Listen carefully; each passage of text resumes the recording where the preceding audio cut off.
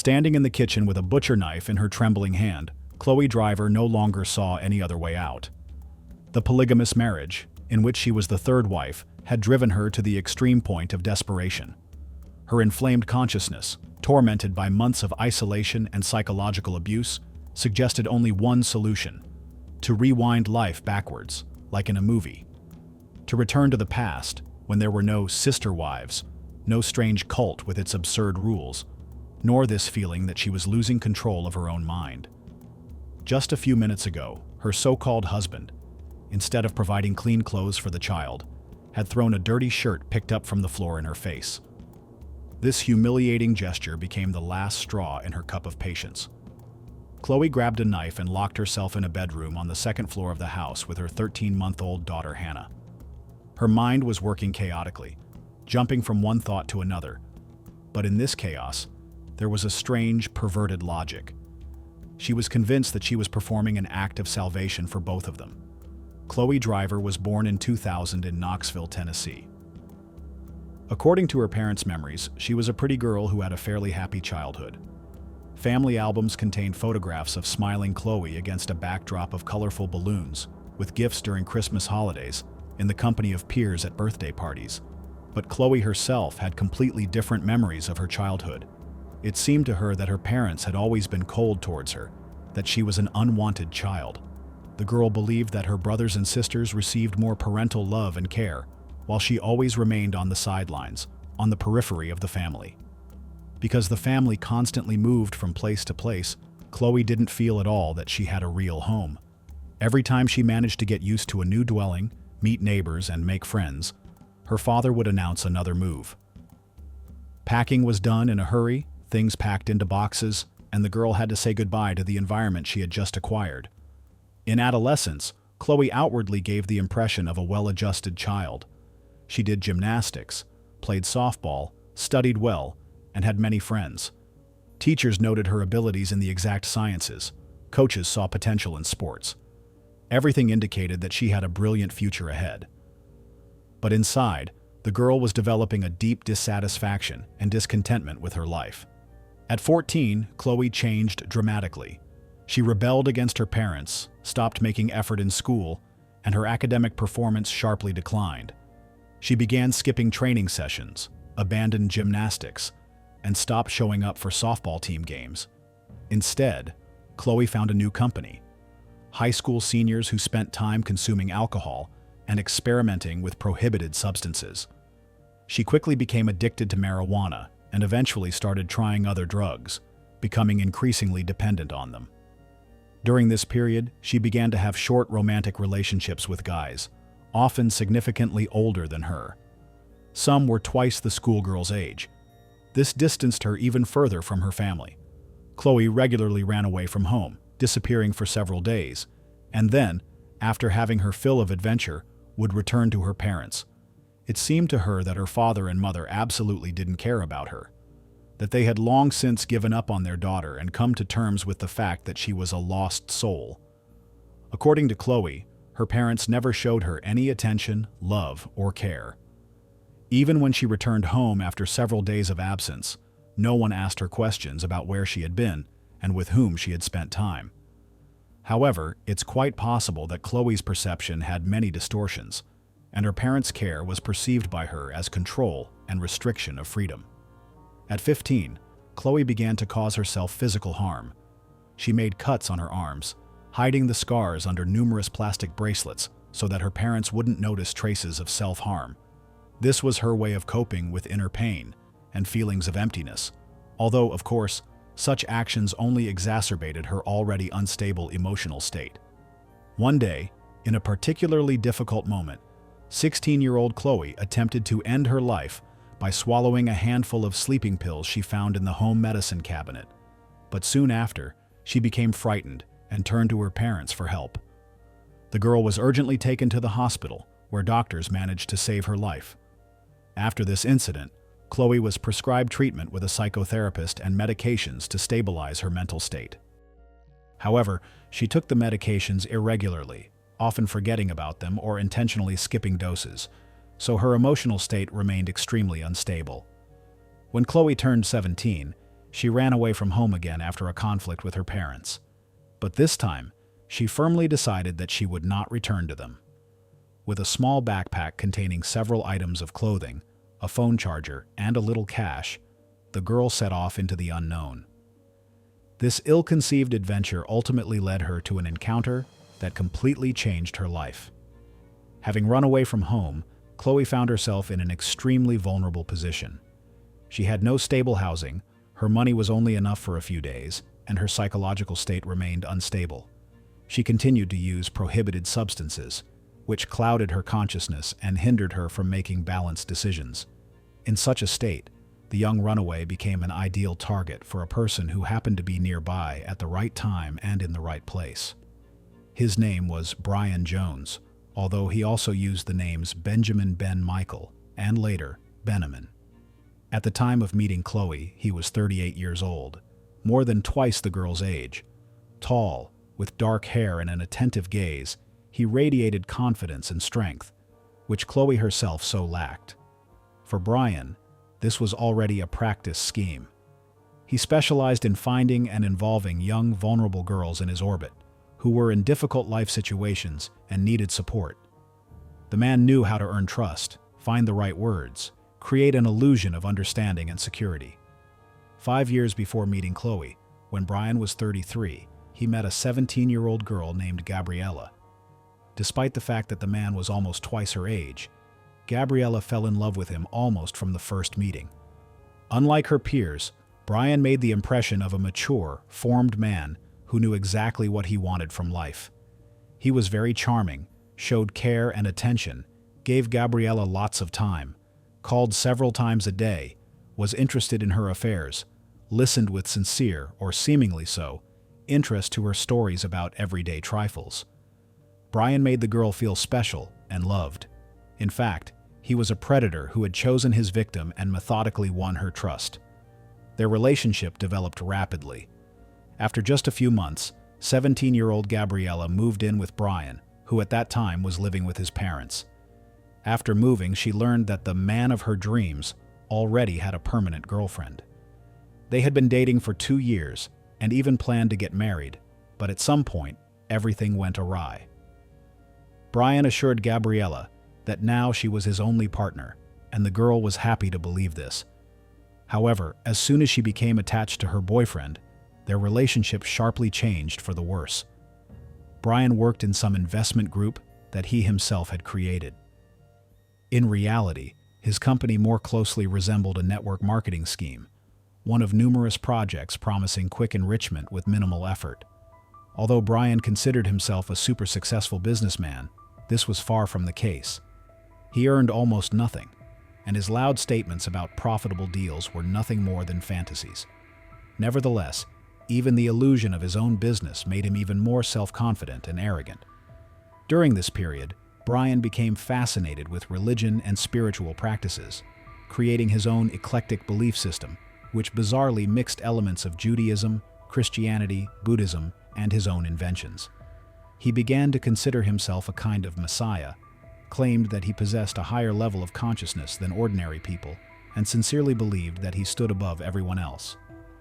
It was then that he changed his name to Benjamin and tried to introduce Gabriella to his beliefs.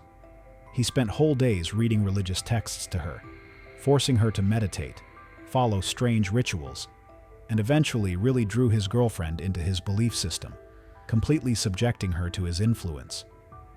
Brian's next step was to isolate the girl from everyone she knew. He established strict restrictions on whom she could communicate with, what about and for how long to talk, when to go outside, and how to behave when doing so. Gabriella got rules, which she had to strictly follow, and these rules became increasingly rigid and absurd over time. Brian took complete control of her social media, monitored her every step, and began systematically narrowing Gabriella's circle of communication. The only person she was allowed to maintain contact with was her sister Nicole, but even correspondence and conversations with her sister were carefully controlled. The girl had to conduct all phone conversations on speakerphone so that Brian could hear what was being discussed and could instruct Gabriella on how to answer certain questions. Over time, he began writing to Gabriella's sister himself on her behalf, and then completely confiscated her mobile phone so she couldn't contact anyone behind his back.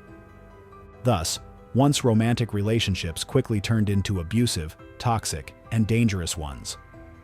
Moral and emotional abuse was followed by physical abuse. For any violation of the rules, Gabriella could be slapped in the face, kicked, or pushed. The abuse sometimes reached extremes bordering on real torture. Once, Brian took a roll of tape and completely wrapped it around the girl so that she began to suffocate. But even that wasn't enough for him.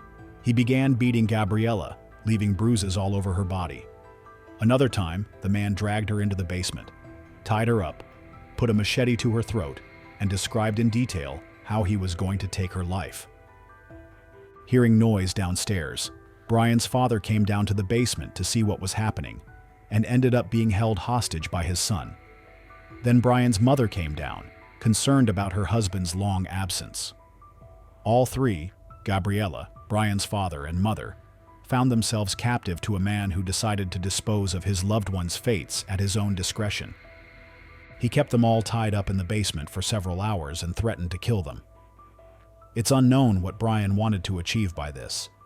Then he simply untied everyone and let them go, as if nothing had happened.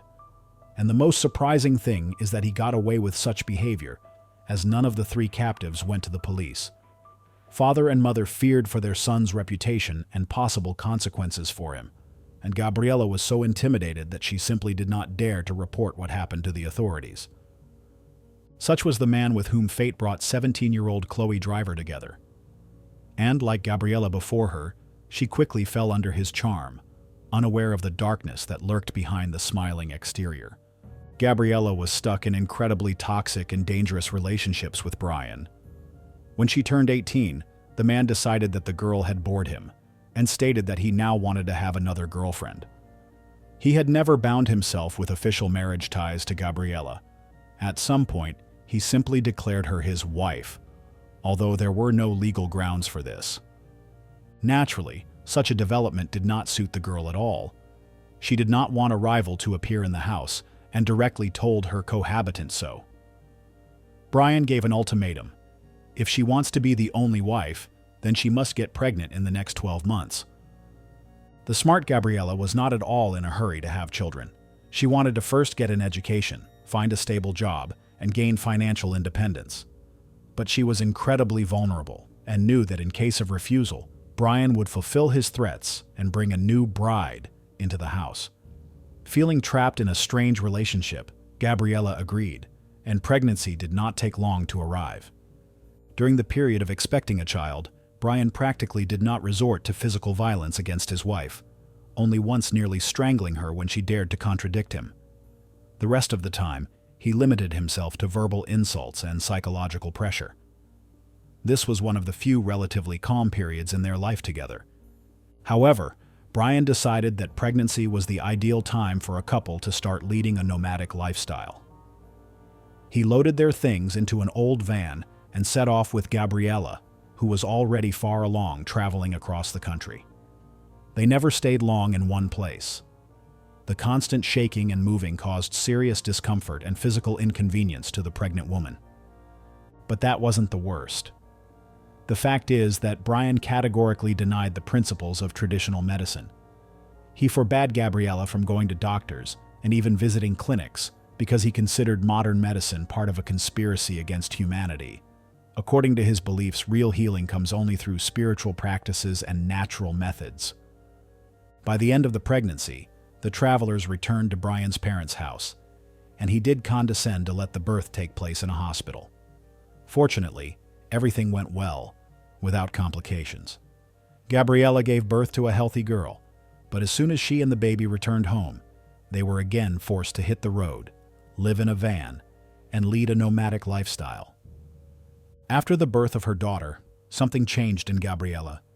Now she had to worry not only about herself, but also about her little girl. She wanted to protect her daughter at any cost. The appearance of the baby gave Gabriella more confidence, and she began looking for a way out of her relationship with Brian. It was extremely difficult to do this, since she had virtually ceased all contacts with family and friends, and was completely isolated from the outside world. She had no money.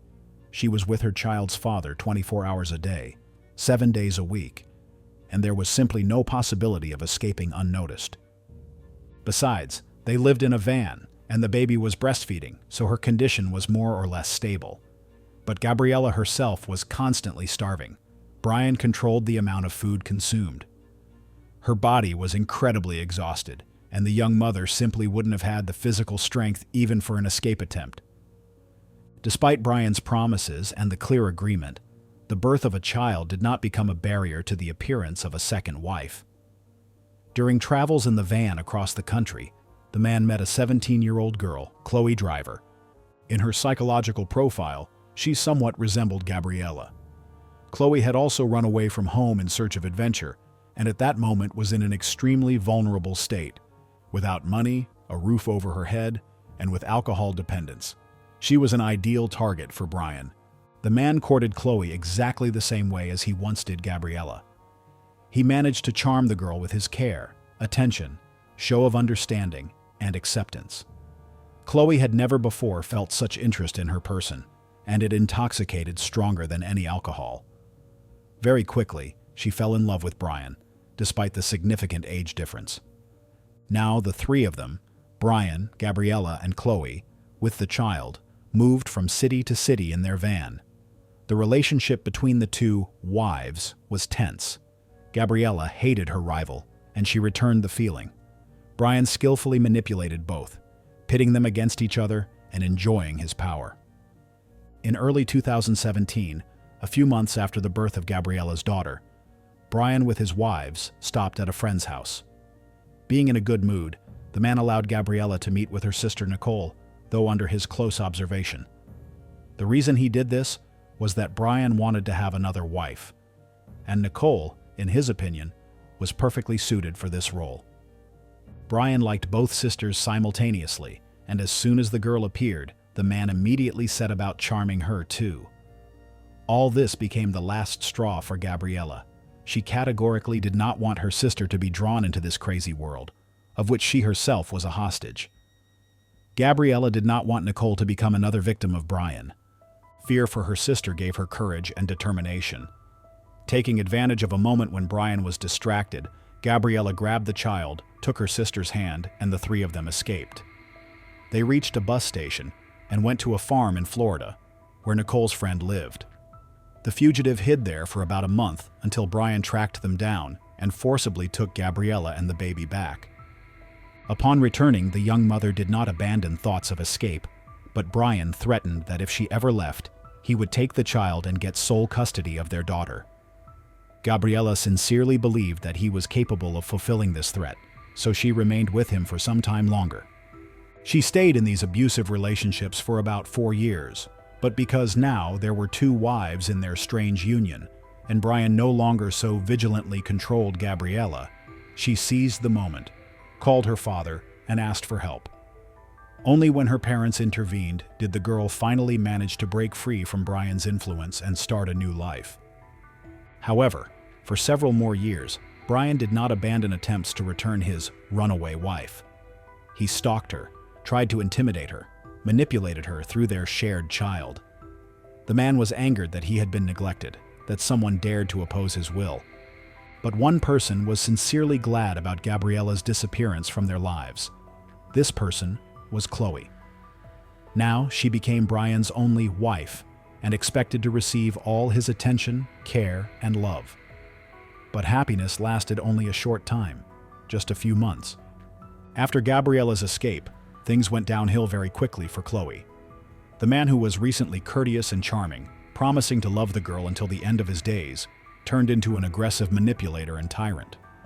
The story was repeating itself one-to-one, just as it had been with Gabriella.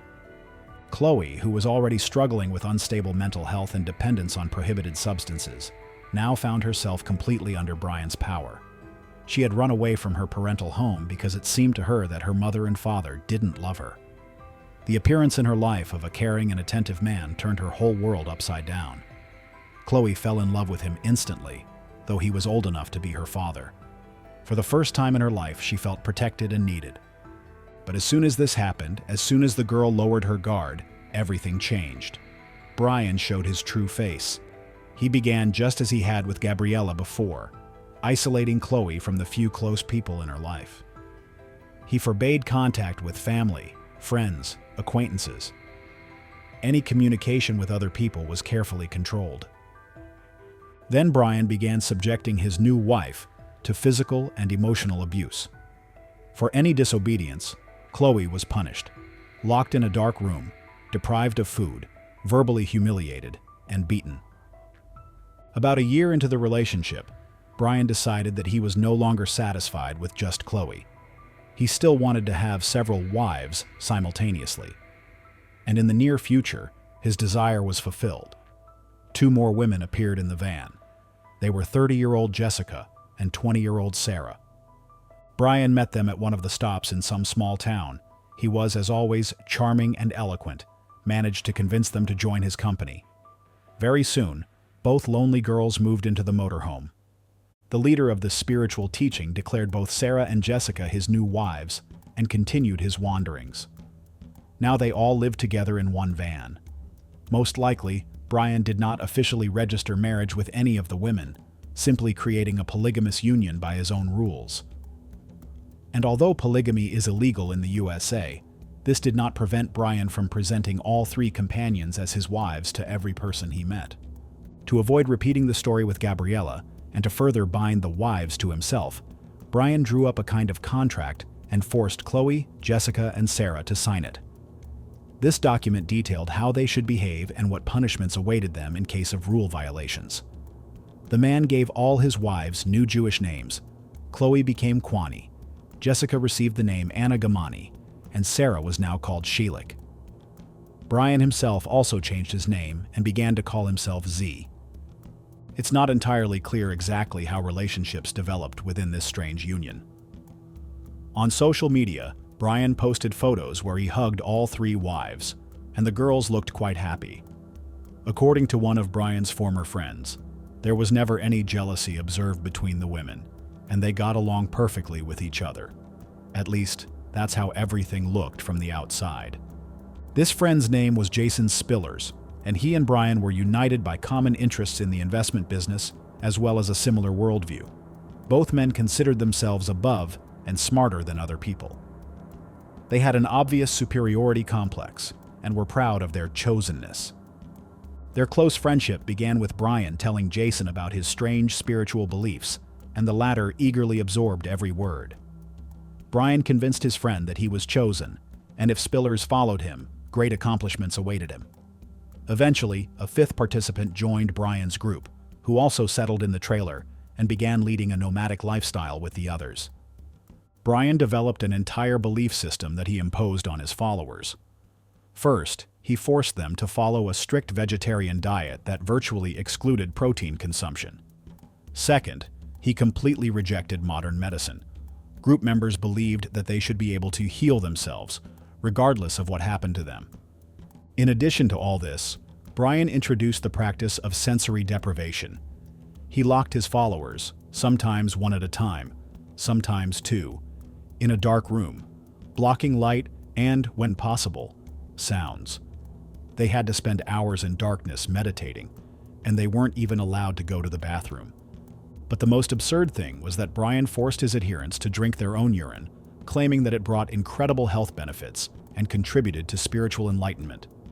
Naturally, from the perspective of medicine and common sense, this was not only useless but also dangerous to health. The central belief in the cult formed by Brian was the superiority of men over women. At that time, he had 3 wives, but he constantly talked about wanting even more.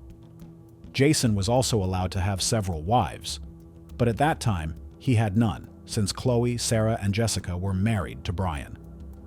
These 2 men considered women inferior beings, incomplete people, who should be treated accordingly, like things or pets. Jason even expressed his views on this matter in his social media account. He wrote that, "Women are psychologically inferior to men and should be kept in cages." He claimed that women only know how to destroy what men have built. Spillers called the opposite sex self-absorbed and deceitful creatures. In his opinion, the only thing a woman could do that a man couldn't was give birth to a child, But according to him, not all female representatives were capable of even that. Jason, Brian's friend, also compiled a whole list of male superiority, in which he detailed what, in his opinion, women are incapable of. He believed that a woman cannot bear responsibility, make logical decisions, lead a group of people, ensure family safety, think independently, and be sincere. And these thoughts were expressed by a man who, at his friend's behest, had been drinking his own urine for several years and blindly following his spiritual leader, having no opinion of his own. The most surprising thing is that several points from his list literally described Jason himself. It was he who had no opinion of his own and followed Brian like a devoted dog. It was Jason who was incapable of leading and making independent decisions. The three women in this strange association were treated exactly as Jason described in his social media. They were oppressed, forbidden to have their own opinions, not allowed to make any decisions. Sarah, Jessica, and Chloe had to cook, clean, and recruit new wives for Brian. All other decisions were made for them by the men. The funniest thing is that these important decisions consisted only of which direction their old, constantly breaking down van should go. The most absurd thing in this story is that both Brian and Jason seriously considered themselves chosen, special people. They had inflated egos and a sincere belief that they were equal to God and called to change the world. But in reality, they were just two presumptuous, pompous egoists trying to elevate themselves by humiliating and exploiting three vulnerable women. A year after starting a relationship with Brian, Chloe became pregnant. Like Gabriella before her, she received no professional medical help. On December 8, 2020, the group stopped at an acquaintance's house in Canton, Georgia. Chloe, being in an extremely unstable state, asked Brian to bring clean clothes for Hannah. When he threw a dirty shirt at her, something finally broke in her consciousness. Taking a butcher knife, she locked herself with her 13-month-old daughter in the bedroom. In her clouded mind, Chloe decided that the only way to save herself and the child was to rewind life backward. For this, they needed to die in order to be reborn in another reality. She inflicted several knife wounds to her daughter's neck and then to herself. Brian broke down the door, but it was too late. Little Hannah died in the hospital. One of the strikes went through her spine. Chloe survived. Even while in custody awaiting trial, Chloe continued to seek Brian's approval. She made about 600 phone calls to her husband, followed his instructions, including drinking her own urine in prison. In November 2024, the trial took place. Chloe was found guilty but mentally ill on all counts. Brian Joyce, according to the latest data, has also been arrested, but authorities are not yet reporting what charges have been brought against him. His friend Jason Spillers was detained for stalking and attempting to kidnap female college students. The story of Chloe Driver is a tragic example of how a vulnerable personality can be consumed by totalitarian control, manipulation, and isolation, leading to the complete destruction of the psyche and, as a consequence, to an irreparable tragedy.